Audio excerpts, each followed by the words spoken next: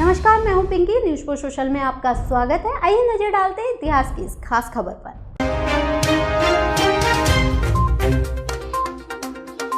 महाभारत से जुड़ी एक घटना जिसमें पांचों पांडवों ने अपने पिता पांडु का मांस खाया था।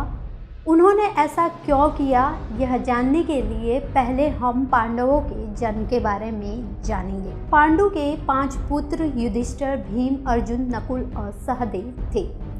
इसमें से युधिष्ठिर, भीम और अर्जुन की माता कुंती और नकुल और सहदेव की माता माद्री थी।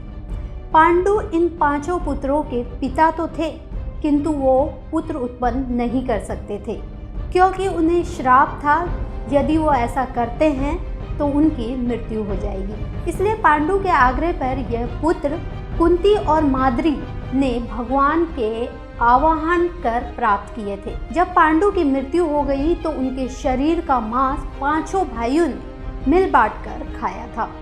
उन्होंने ऐसा इसलिए किया क्योंकि स्वयं पांडु की इच्छा थी कि उनका ज्ञान कौशल उनके बच्चों में आ जाए। इसीलिए उन्होंने अपनी मृत्यु पूर्व ऐसा वरदान मांगा था कि उनके बच्चे उनकी मृत्यु के पश्चात उनके शरीर का मांस मिल बांट कर खा ले, ताकि उनका ज्ञान बच्चों में स्थानांतरित हो जाए। पांडवों द्वारा पिता का मांस खाने के संबंध में 2 मान्यताएं प्रचलित है। प्रथम मान्यता के अनुसार मांस तो 5 भाइयों ने खाया था, पर सबसे ज्यादा हिस्सा सहदेव ने खाया था, जबकि एक अन्य मान्यता के अनुसार सिर्फ सहदेव ने अपने पिता के इच्छा का पालन किया था।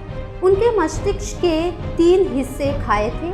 पहले टुकड़े को खाते ही सहदेव को इतिहास का ज्ञान हुआ, दूसरे टुकड़े को खाने पे वर्तमान का और तीसरे टुकड़े को खाने पर भविष्य का। यही कारण था कि सहदेव 5 भाइयों में सबसे अधिक ज्ञानी था और इससे उसे भविष्य में होने वाली सभी घटनाओं को देखने की शक्ति मिल गई थी। शास्त्रों के अनुसार भगवान श्री कृष्ण के अलावा वो एकमात्र ऐसे शख्स सहदेव ही था जिसे भविष्य में होने वाले महाभारत के युद्ध के बारे में संपूर्ण बातें पता थी। भगवान श्री कृष्ण को इस बात का डर था कि वो कहीं सहदेव ये बात औरों को न बता दे। इसीलिए भगवान श्री कृष्ण ने सहदेव को श्राप दिया कि यदि उसने ऐसा किया तो इसकी मृत्यु हो जाएगी। फिलहाल इस खबर में इतना ही। इतिहास की और दिलचस्प कहानियों से जुड़े रहने के लिए चैनल को लाइक, शेयर, सब्सक्राइब करना ना भूलें। धन्यवाद।